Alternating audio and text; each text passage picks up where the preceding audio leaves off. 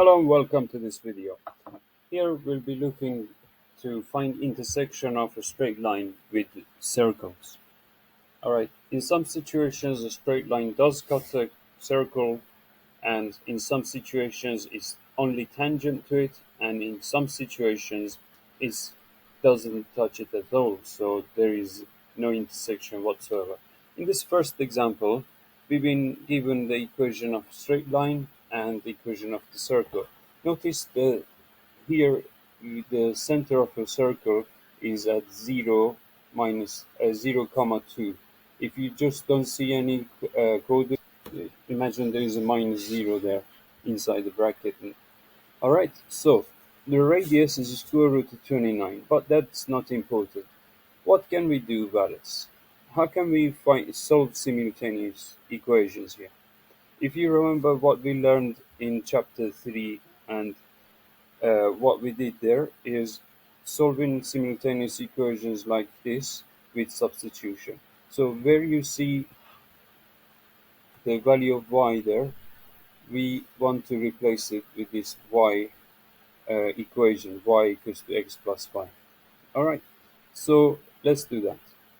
What that that was this y that was now, sorry, this box here is indicating, yeah, that's x plus 5. So we replace the y with x plus 5, and the minus 2 is part of the equation of the circle. So now when you combine 5 minus 2, that's simply a 3. You're going to expand this bracket here, 3x plus 3, and you end up with this equation here. Now you can tie this up and make it look like a quadratic. That means subtracting 29 from both sides, and you end up with this equation here. Now, the question, if you read it carefully, it says find the coordinates where the line meets the circle. Now, the fact that it's saying coordinates is indicating that there should be two solutions to this equation here. Now, sometimes the question might trick you, and there might be just one point here. It might be a repeated root, but it does factorize to uh, give us x is minus 5 and x is positive 2. So what happened here is we divided this equation by 2. That doesn't change the fact that it's still the same equation. Yeah, I talked about this in previous sections when I in depth, that just the ratio of these coefficients remains the same, and that's what's important when you working with equations.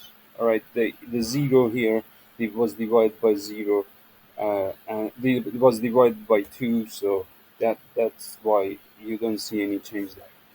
All right, so now we're going to figure out the y coordinates for each of these x's.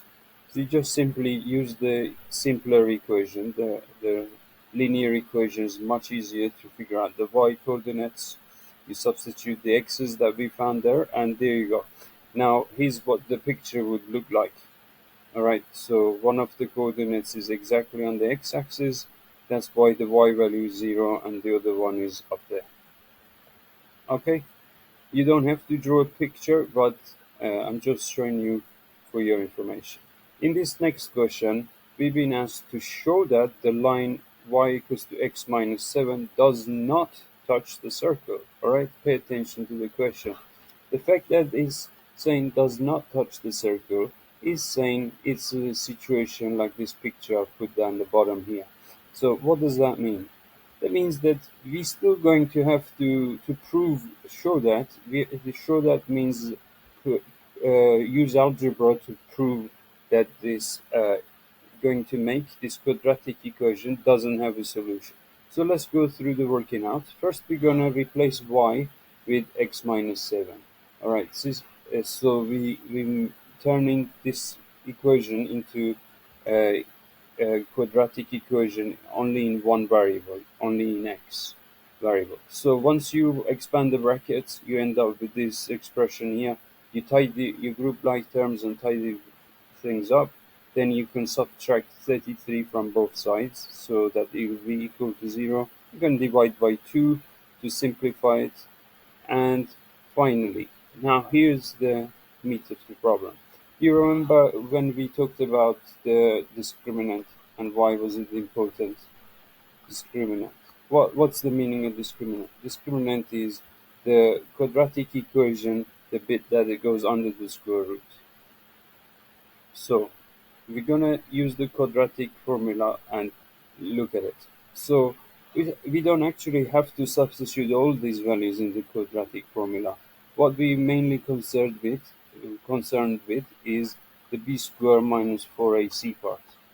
It's irrelevant. Use the quadratic formula. All you have to do is, because the question did indicate that there is no intersection point, we're going to take b square.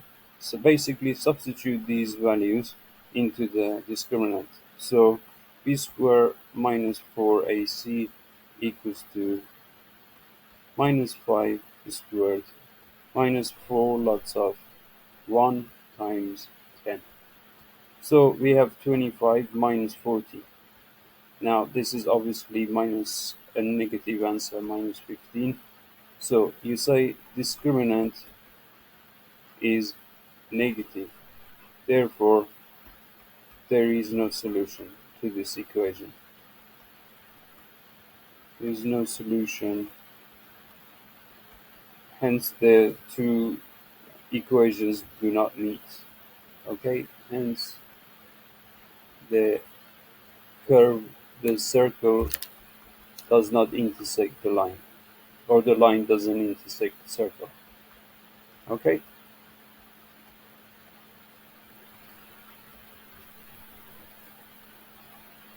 if line y equals to x minus circle and give its equation, but that's unnecessary. All right, so that's that example there.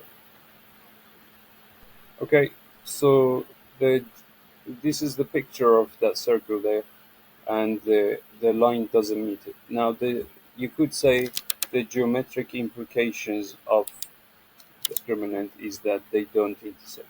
So there you go. I'll see you in the next video.